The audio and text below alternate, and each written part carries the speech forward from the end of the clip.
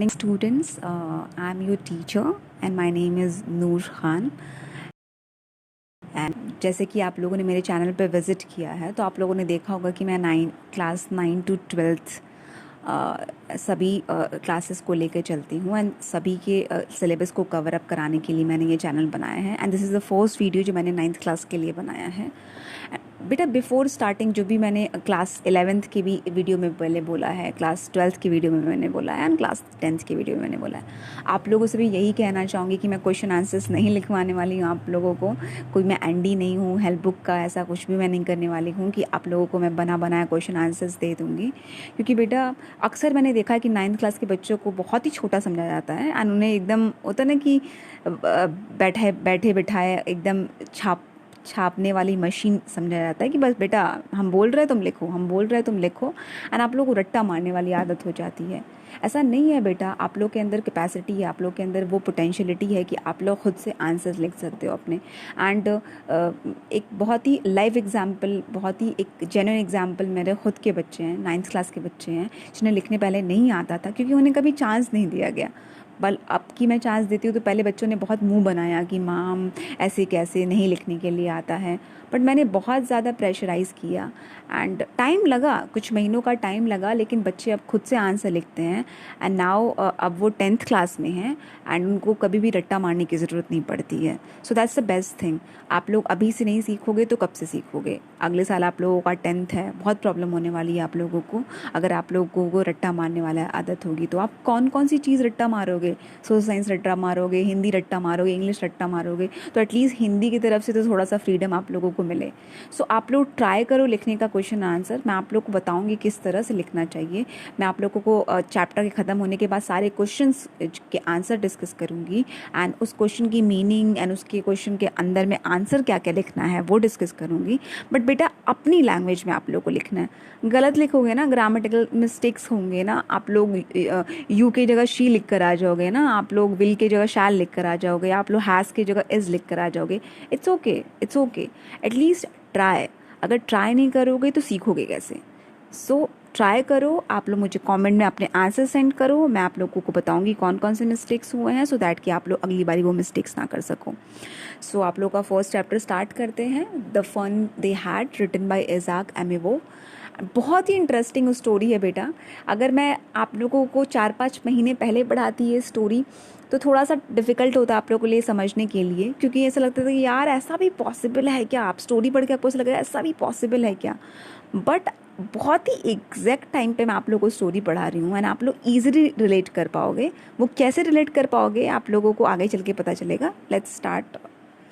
Okay, the story we shall read is set in the future. जो हम story पढ़ने वाले हैं बेटा ना, वो फ्यूचर में है। फ्यूचर में आप लोग साइंस फिक्शन वाली मूवी देखते हो कि अरे यार 100 साल आगे बढ़ गई है कहानी, यानी उस टाइम पे क्या हो रहा है, या 50 साल आगे बढ़ गई है कहानी, या टाइम मशीन से जो हीरो है वो दूसरे सन में चला गया है, वो 50 साल आगे चला गया है या 50 साल पीछे चला गया है। या सुपर हीरोज़ वाली मूवी होती है जहाँ पे वो प्लानट में चले जाते हैं, मार्स एंड जुपिटर का सीन दिखाने लगता है, जो एक्चुअल में पॉसिबल नहीं है। बट ऐसा नहीं कह सकते कि कम्प्लीटली इम्पॉसिबल है। Maybe the chances are there कि वो चीज़ पॉसिबल हो पाएगी, लेकिन अभी प्रेजेंट टाइम में पॉसिबल नहीं है। तो ये जो स्टोरी है वो आपका बेटा साइंस फिक्शन है। इसको हम साई-फाई भी बोल सकते हैं। एक टाइप का लिटरेचर का ये जॉनरा है, एक काइंड है जिसमें राइटर लिखते हैं जब साइंस के बारे में लिखते हैं या फ्यूचर के बारे में लिखते हैं। तो अभी आप समझ लो कि ये 2020 में नहीं लिखी गई है। ये 2 कैरेक्टर हैं, आपके 2 मेन कैरेक्टर मागी एंड टॉमी, जो आज से 140 साल बाद बिलोंग करते हैं एंड वो हमारे टाइम के बारे में बात कर रहे हैं। सो ये स्टोरी बहुत ही इंटरेस्टिंग है एंड आपके लिए, आपको पढ़ने में बहुत मज़ा आने वाला है। फ्यूचर में क्या होने वाला था? When books in schools as we now know them will perhaps not exist. मतलब उस टाइम पे कोई बुक्स नहीं होंगे, ठीक है, जो हम अभी जानते हैं, या आप आपके जो स्कूल्स होंगे वो आने वाले 100 साल के बाद एग्जिस्ट नहीं करेंगे। सो इस तरह का फ्यूचर है। How will children study then? फिर बच्चे पढ़ते कैसे होंगे? स्कूल है नहीं, टीचर भी नहीं है, बुक्स भी नहीं है। द डायग्राम बिलो में गिव यू सम आइडियाज़। अभी हम डायग्राम देखते हैं किस तरह से फ्यूचर में। सबसे पहले है बेटा लर्निंग थ्रू कंप्यूटर्स। इस कोरोना के टाइम में अभी आप लोग देखते हो कि आप लोग कंप्यूटर से पढ़ना शुरू कर दिए हो, बुक्स का ज़्यादा यूज़ नहीं होता है, आप लोग कंप्यूटर से ही पढ़ रहे हो, कंप्यूटर पे ही आपको टीचर दिख रहे हैं। सो कभी ऐसा लगा था कि ऐसा भी टाइम आएगा जब हमें घर बैठ के पढ़ना होगा, या स्कूल वाला माहौल नहीं मिलेगा, या स्कूल की बड़ी याद आती होगी कि यार जब हम साथ में बैठ के पढ़ते थे तो कितना मज़ा आता था। अब आपके सारे फ्रेंड्स अलग अलग अलग अलग अपने अपने घर में बैठ के पढ़ रहे हैं। सो कहीं ना कहीं आप रिलेट कर सकते हो कि अगर इसी तरह से चलता रहा, या पॉसिबिलिटी है बेटा कि आज से कुछ साल बाद सभी चीज़ें बहुत ही ज़्यादा कंप्यूटराइज्ड हो जाएं, सभी चीज़ें इतना ज़्यादा एडवांस हो जाएं कि टीचर की ज़रूरत ही ना पड़े, हम कंप्यूटर से पढ़ना शुरू कर दें। सो यहाँ के जो राइटर हैं, जिन्होंने राइटर हैं, उन्होंने ये स्टोरी लिखी है इस डर से कि खुदा ना खास्ता ऐसा ना हो कि हमारा वर्ल्ड जो है वो इतना कंप्यूटराइज्ड हो जाए कि स्कूल वाला माहौल ना मिले बच्चों को। आप स्कूल्स में जाते हो बेटा, आप सोशल लेसन सीखते हो, आप लोगों से मिलते हो, कैसे बिहेवियर होना चाहिए, आप मॉरल लेसन सीखते हो, एथिकल लेसन सीखते हो। बट घर बैठ के अलग अलग अलग अलग सभी बच्चों का अलग क्लासरूम हो, एंड क्लासरूम आपका रूम ही हो, तो कैसा फील होगा? आप सोसाइटी से अटैच नहीं हो, एक सोशल डिस्टेंसिंग वाला कंडीशन चल रहा है, तो आप बड़ा अजीब फील करोगे। एंड अभी तो 3 महीने में आप इतना ज़्यादा परेशान हो गए, मान लो कि ये हमेशा चलेगा, तो ऐसा ना हो, बट मान लो कि ये हमेशा चले, एंड एक टाइम आए कि हम इतना ज़्यादा एडवांस हो जाएं कि जो आपको कंप्यूटर पे टीचर दिख रहे हैं वो टीचर भी ना दिखें, कंप्यूटर जो रोबोटिक टीचर है ना, यहाँ पर एक और है रोबोटिक टीचर, टीचर्स नहीं होते थे, ह्यूमन टीचर ना हो, रोबोटिक टीचर हो, वो एक कहीं ना कहीं एक सेट ऑफ रूल से वो फॉलो करें, उसमें डाल दो जो भी जिस तरह से भी चलाना है उस रोबोट को, एंड वो रोबोट आपको पढ़ाना शुरू कर दे। वर्चुअल क्लासरूम हो, एग्जैक्टली रियल क्लासरूम ना हो, आप रूम में बैठे हुए हो, कंप्यूटर के थ्रू पढ़ रहे हो, एंड जो टेक्स्ट है वो मूव कर रहा है, मूविंग ई टेक्स्ट, एंड कहीं ना कहीं वो एक्चुअल क्लासरूम नहीं है, आपका वर्चुअल क्लासरूम है। कंप्यूटराइज्ड जो भी क्लासरूम होते हैं बेटा, जो कंप्यूटर के अकॉर्डिंग चलते हैं, उस क्लासरूम को हम वर्चुअल क्लासरूम कहते हैं। तो ये आप डायग्राम से समझ रहे होगे कि स्टोरी किस बारे में है, किस तरह से दो कैरेक्टर्स हैं जो 140 या 50 साल पहले की स्टोरी को डिस्कस कर रहे हैं, समय को डिस्कस कर रहे हैं। अभी हमें लगता है ना कि यार जब राजा महाराजा वाला टाइम था, जब राम जी, पॉसिबल है क्या, मतलब पॉसिबल था क्या? जैसे कि आप लोग, हनुमान जी ने ना रास्ता बना दिया था पत्थरों से, समुद्र से, फिर गए थे लंका, तो कहीं ना कहीं एक डाउट आता है ना कि यार इज़ इट पॉसिबल, या वॉज इट पॉसिबल कि ये चीज़ हो पाएगी? उस टाइम पे बड़ा ही नॉर्मल होगा, लेकिन इस टाइम पे हमें रिलेट कर पाना बहुत मुश्किल है, क्योंकि हम बहुत ज़्यादा आगे बढ़ चुके हैं, हम इतने ज़्यादा एडवांस हो चुके हैं कि बहुत मुश्किल है ये बिलीव कर पाना कि एक टाइम पे जब एक लड़की का पति मर जाता था तो उस लड़की को जला दिया जाता था। सो अभी इमेजिन, मतलब आप इमेजिन भी नहीं कर सकते हो कि यार सती प्रथा एक टाइम पे चलती थी, मतलब एग्जिस्ट करती थी कि नहीं करती थी, कि या सब कुछ हाइपोथेटिकल है, बस एक होता ना कि इमेजिनेशन में एक स्टोरी क्रिएट की गई है और हमें बताया जा रहा है सो दैट की हिस्ट्री में ज़्यादा से ज़्यादा चैप्टर्स इन्वॉल्व हो जाए, बट एक्चुअल में ये चीज़ होती थी। सो जो भी जिस एज में टॉमी और मार्गी हैं, उस टाइम पे भी वो लोग यही सोचते होंगे कि क्या यार क्लासरूम एग्जिस्ट करता होगा, क्या यार स्कूल एग्जिस्ट करता होगा, बुक्स एग्जिस्ट करते होंगे, टीचर वो भी ह्यूमन, ओ गॉड, मतलब ये तो बियॉन्ड इमेजिनेशन है। सो बहुत ही मज़ा आने वाला है। So let's start the story. Maggie even wrote about it that night in her diary. Maggie एक फर्स्ट कैरेक्टर है, नाम याद रखिएगा। वो अपने डायरी में उस रात को लिखती है, ऑन द पेज हेडेड 17 मई 2157। अब आपको पता है कि कौन सा सन चल रहा है, अगर आप अप्रॉक्स लगा लो तो 140 ईयर्स आगे की हम बात कर रहे हैं, उस एज की बात कर रहे हैं जब 100 साल से भी ज़्यादा हो गया है। और मागी उस जनरेशन से बिलोंग करती है। वो आराम से अपनी डायरी में लिख रही है कुछ। क्या लिख रही है? Today Tommy found a real book. Tommy को एक रियल बुक मिली। होते हैं ना कि यार आप जो मम्मी होते हैं जो इजिप्ट में मिलते हैं 500 साल पुराने, है ना, बड़े शॉक्ड हो जाते हो। एंड यार एक्चुअल में यार किस तरह से वो लोग बॉक्स के अंदर बंद करके उनको गिल्डेड एक केमिकल से प्रोटेक्शन करके उनकी बॉडी को डिकम्पोज होने से बचाना, ये सारी चीज़ें बड़ा इम्पॉसिबल सी लगती हैं। यार हमें इतनी पुरानी चीज़ मिली है, तो एक एंटीक वाली फीलिंग आती है ना कि कई 100 साल पुरानी। तो डायरी में इंसान क्या लिखता है? कुछ अलग सी चीज़, या तो वो बहुत दुखी होता है तो लिखता है, या कुछ उसके साथ एकदम गजब का हुआ रहता है तब वो लिखता है। तो मार्गी ने डायरी में क्या लिखा कि टॉमी जो उसका फ्रेंड या भाई, आई थिंक कि ब्रदर है या फ्रेंड है, यहाँ पे इस स्टोरी में मेंशन नहीं है, बट आप समझ लो कि ब्रदर होगा। तो वो आता है एंड वो एक रियल बुक उसको मिलती है। It was a very old book, बहुत ही पुरानी किताब है। Maggie's grandfather once said that when he was a little boy, his I'm really sorry, grandfather told him that there was a time when all stories were printed on paper. मागी के जो grandfather हैं, जब वो छोटे थे तो उनके ग्रैंडफादर जो थे वो बताते थे कि उनके टाइम में जो बुक्स हुआ करती थी वो प्रिंटेड हुआ करती थी, पेपर पे हुआ करती थी। They turn the pages which were yellow and crinkly. And जो टॉमी को बुक मिली थी वो बहुत ही येलोइश, बहुत पहले की है, 100 साल से भी ज़्यादा पुरानी बुक है, एंड उन लोगों को वो मिली है तो बहुत ज़्यादा येलोइश हो गई है। एंड क्रिंकली मतलब बेटा कि बहुत ज़्यादा मुड़ी मुड़ी सी है, ठीक है ना, क्रिस्पी सी है, ऐसा लग रहा था उसको हर जगह से मुड़ी हुई है एंड स्मैश्ड कंडीशन में है। सो बहुत फटी पुरानी सी है। And it was awfully funny to read words that stood still instead of moving the way they were supposed to on a screen. और बड़ा अजीब सा था, फ़नी सा था हमारे लिए एक्सपीरियंस, क्योंकि टॉमी जो बुक लेकर आया था वो हिल ही नहीं रही थी। मतलब अगर हम 10 पेज पलट के फिर दोबारा उस पेज पे जाते थे तो वो जो लेटर्स थे वो वहीं पर एग्जैक्टली उसी प्लेस पे रहते थे। तो यार बड़ा उस ज़माने के लिए, जो आने वाली जनरेशन है उसके लिए बड़ा मुश्किल होगा कि अरे यार किताब भी हुआ करती थी, या मतलब एकदम बिल्कुल हिला नहीं करती थी, क्योंकि वो लोग शुरू से ही कंप्यूटर से पढ़े हैं और कंप्यूटर पे जो होता है ना कि जो टेक्स्ट है वो मूव करते हैं, आप जहाँ पे भी टेक्स्ट को लेकर चले जाओ वो चले जाते हैं। लेकिन बुक्स के साथ ये केस नहीं होता है, इसीलिए बड़ा ही फ़नी एक्सपीरियंस था मागी के लिए।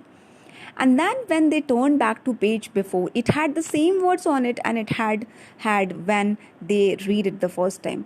और अगर वो कई पेज आगे भी बढ़ जाते थे एंड फिर वो दोबारा आते थे तो वही रहता था, या उस बुक को रख भी दो एंड कई टाइम बाद भी उठाओ तो वही टेक्स्ट रहेगा, कुछ भी चेंज नहीं होगा, जो कि कंप्यूटर में चेंजेस आते हैं। वैसे हम एक ऐसी जनरेशन से बिलोंग करते हैं बेटा जो हमने बुक्स भी पढ़ी हैं एंड कंप्यूटर भी पढ़ी हैं, तो आराम से हम रिलेट कर सकते हैं कि यार कंप्यूटर की क्या भाषा होती है, किस तरह से होती है उसकी टेक्निक, एंड बुक्स की क्या होती है।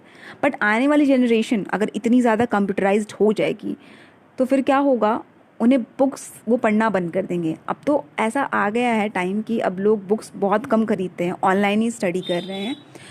सो बहुत ही फ़नी था, बहुत फ़नी एक्सपीरियंस था और थोड़ा सा अमेजमेंट था, शॉकिंग था।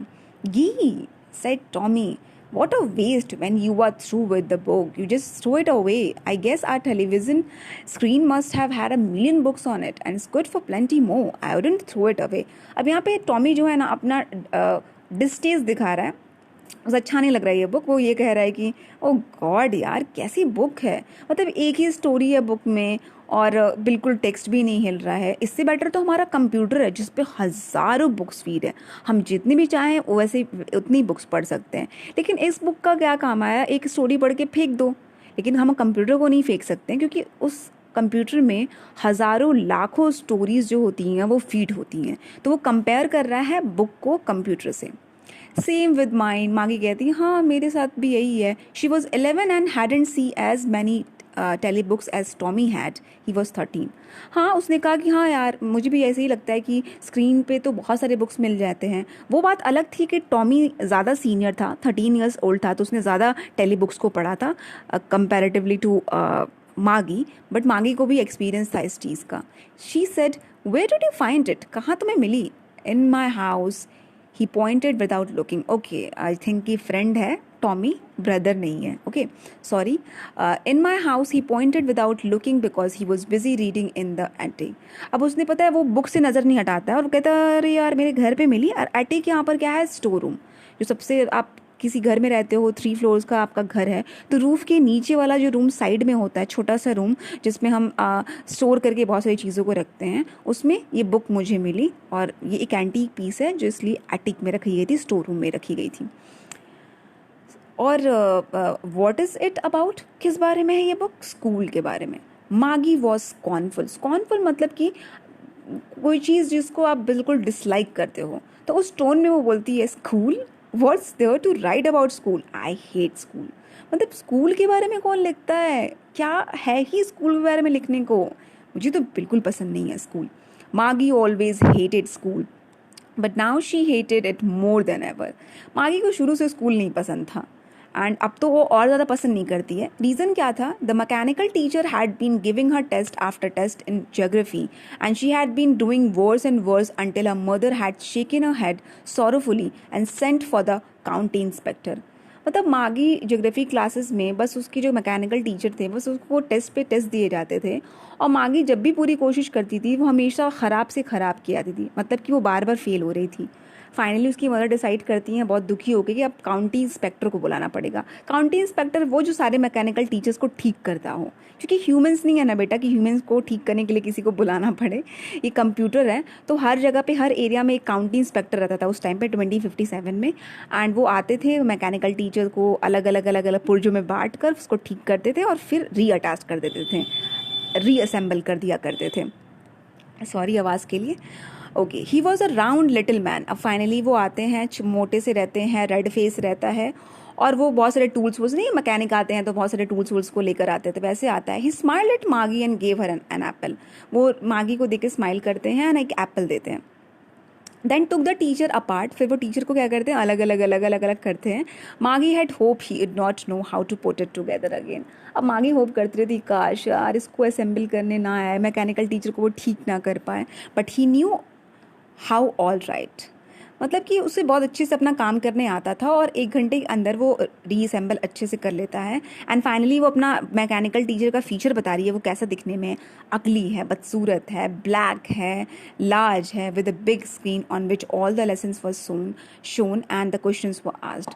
मतलब अपने वो टीचर को एक्सप्लेन कर रही है कि भद्दा सा है, काला सा है, बड़ा सा है, और वो जो स्क्रीन है जिसपे बहुत बारी क्वेश्चंस आते हैं और उसको करना पड़ता है मजबूरी में। That was not so bad. The part Maggie hated most was the slot where she had to put homework and test paper. बच्चों को एग्ज़ाम्स पसंद नहीं आते हैं, बच्चों को टेस्ट पसंद नहीं आते, तो उस एज में भी बच्चों को बिल्कुल पसंद नहीं आएगा टेस्ट एंड ये सारी चीज़ें। ऐसा नहीं था कि वो इतना ज़्यादा मैकेनिकल टीचर से नफरत करती है, बाकी सारे स्लॉट्स तो ठीक थे। एक जो फोल्डर था, एक जो स्लॉट था जहाँ पे मागी को हमेशा जाकर रोज़ अपने क्वेश्चन, अपने आंसर सबमिट करने होते थे, अपना टेस्ट पेपर सबमिट करना होता था, अपने एग्ज़ाम्स देने होते थे, वो स्लॉट स्पेशली मागी को बिल्कुल भी पसंद नहीं था। She always had to write them out in a punch code. Punch code बेटा मतलब कि एक टाइम आएगा जब कंप्यूटर लैंग्वेज को इस्तेमाल किया जाएगा, कंप्यूटिंग लैंग्वेज को हम पंच कोड कहते हैं। तो अलग तरह की लैंग्वेज होती है, वो आप ABCD एंड क ख ग में नहीं लिख सकते आप कंप्यूटर में, तो वो कंप्यूटिंग एक लैंग्वेज होती है।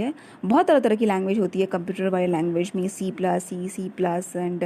एंड जावा, बहुत सारे ऐसे। आप आने वाले समय में आप शायद पढ़ो अपने स्कूल्स में, या पढ़ते भी होगे अपने स्कूल में, जो कि अभी इसका यूज़ नहीं है, बट इन फ्यूचर क्या पता यार कि इतना ज़्यादा हम कंप्यूटराइज्ड हो जाए कि हमें ज़रूरत पड़ने लगे, हमें पंच कोड सीखना पड़े। सो अपने लैंग्वेज में, कंप्यूटर की लैंग्वेज में उसे डालती थी। एंड कंप्यूटर का लैंग्वेज उसने कब सीखा था, जब वो 6 साल की थी। तो and the mechanical teacher calculated and the marks in no time. एक और चीज़, जैसे ही आप पेपर दोगे, मैकेनिकल टीचर जो कंप्यूटर है उसको बिल्कुल टाइम नहीं लगेगा, जैसे ही टेस्ट दोगे 3 सेकंड के अंदर, 4 सेकंड्स के अंदर या 1 मिनट के अंदर आपका रिजल्ट भी शो हो जाएगा। तो कितनी मतलब नर्वस वाली फीलिंग होती है जब हम टेस्ट देकर आते हैं, तो एक सेटिस्फेक्शन आता है, अरे यार बाद में मिलेगा ना, अच्छा है। हम जल्दी मार्क्स नहीं देखना चाहते क्योंकि हम बहुत बुरा करके आए होते हैं नॉर्मली, तो लेकिन यहाँ पर तुरंत मार्क्स पता चल जाते हैं। एंड ये बहुत सारे रीजंस थे मागी का हेट करने का, रीज़न था स्कूल को और मैकेनिकल टीचर को। The inspector had smiled after he was finished and पैटेड मागीज head. जब पूरा वो अच्छे से मैकेनिकल टीचर को बना लेता है तो बहुत प्यार से उसके सर पे हाथ रखता है और कहता है उनकी मदर से, it's not the little girl's fault Mrs Jones, I think the geography sector was geared a little too quick. यहाँ पे गियर्ड का यूज़ कैसे, कि मतलब कंप्यूटर जो है वो मागी को, अगर मागी 8th क्लास में है तो वो क्वेश्चंस क्या प्रोवाइड कर रहा था, कंप्यूटर गियर्ड करके कंप्यूटर एडजस्ट कर लिया था फॉर्मेट 10th क्लास का। इसीलिए मार्गी बार बार फेल हो जाया करती थी, क्योंकि वो 10th क्लास के क्वेश्चंस पूछने लगा था कंप्यूटर। अब मैंने ठीक कर दिया है, अब उसके स्टैंडर्ड के क्वेश्चन पूछेगा। एंड मार्गी जो है वो तो अच्छी स्टूडेंट है, अच्छा कर रही है। फिर दोबारा वो उसके सर पे हाथ अच्छे से रखता है एंड फिर वो चला जाता है। अब आप देख रहे हो कि यहाँ पर लाइन भी है कि दोज थिंग्स हैपन समटाइम्स, कभी कभी हो जाता है कि 8th वालों को 10th वाले के क्वेश्चन आने लगते हैं, 10th वालों को 12th वाले के। I have slowed it up. अब मैंने मागी के एज के हिसाब से कर दिया है, 10 ईयर लेवल का कर दिया है, अब मागी को कोई प्रॉब्लम नहीं होगी। मागी वॉज डिसअपॉइंटेड यार, मैकेनिकल टीचर क्यों बना. She had been hoping they would take the teacher away all together. बल्कि वो होप करे थे, विश करे थे कि यार उसको कोई उठा के लेके चला जाए, हमेशा के लिए आए ना वो. They had once taken Tommy's teacher away for nearly a month. मतलब टॉमी के एक मैकेनिकल टीचर के अंदर प्रॉब्लम हुई थी, तो इतनी ज़्यादा प्रॉब्लम हो गई थी कि 1 महीने तक वो चला गया था मैकेनिकल टीचर. टॉमी बड़ा खुश था. And the history sector had blanked out completely. क्या रीज़न, क्या प्रॉब्लम हो गई थी? क्योंकि हिस्ट्री सेक्शन जो था मैकेनिकल टीचर का, वो कम्प्लीटली ख़त्म हो चुका था, डिस्ट्रॉय हो चुका था. इसलिए मैकेनिकल टीचर को लेके जाना पड़ा, सो दैट की, एंड बनते बनते 1 महीने हो गए. तो मागी भी ये एक्सपेक्ट कर रही है कि प्लीज़ यार कोई इसको भी लेके चला जाए. ओके, नेक्स्ट क्या है? So she said to Tommy, why would anyone write about school. यार स्कूल के बारे में कौन लिखेगा? Okay, just wait a minute, कितना बाकी है? आई थिंक कि बेटा मैं हमेशा आप लोगों के जो चैप्टर्स होते हैं वो 2 पार्ट्स में रखती हूँ. जो भी 12th को पढ़ाती हूँ तो फर्स्ट एंड सेकंड पार्ट में, क्योंकि बच्चों को पढ़ाते पढ़ाते मुझे एक बात की नॉलेज होती है कि जैसे ही मैं आधे तक पहुँचती हूँ, most of the students, ma'am आज के लिए इतना ही, मैम आज के लिए इतना ही, चेहरा उतरने लगता है. एंड आई बिलीव कि लिटरेचर जब तक कि गो विद द फ्लो, जब तक कि आप हार्ट से पढ़ रहे हो, जब तक कि आपको मज़ा आए, तब तक ही पढ़ाना चाहिए. जब सर पे चढ़ने लगे आपके, तो उस टाइम पे स्टॉप कर देना चाहिए. तो आई थिंक कि फर्स्ट जो वीडियो है आपका, दैट्स इट फॉर टुडे. आप लोग एक बारी रीड करिएगा. बेटा रीडिंग की आदत डालिए. आप लोग पढ़ेंगे एंड ज़ोर ज़ोर से पढ़िए. बचपन में से पढ़ते थे ना हम लोग, ABCD, A for Apple, B for boy. ऐसा क्यों लगता है आप लोगों को कि जब हम बड़े होते हैं तो हम लाउडली रीड नहीं कर सकते? It's very important. रीड करने की कोशिश करिए एंड कुछ ना कुछ घर में इंग्लिश में लिखा करिए. कोई ना कोई टॉपिक पे, काऊ पे लिखिए, ईद पे लिखिए, दिवाली पे लिखिए. Whatever topic comes to your mind ना, just try to write it about it. क्योंकि बहुत इंपॉर्टेंट है कि आप लोगों इस तरह से अगर आप बार बार लिखोगे तो आपकी राइटिंग स्किल अच्छी होती है. आप रीड करोगे लाउडली तो आपकी प्रोनाउंसिएशन अच्छी होती है. एंड इन फ्यूचर ये सारी चीज़ें बहुत काम आती है. So I think that's it for today. Okay, bye bye.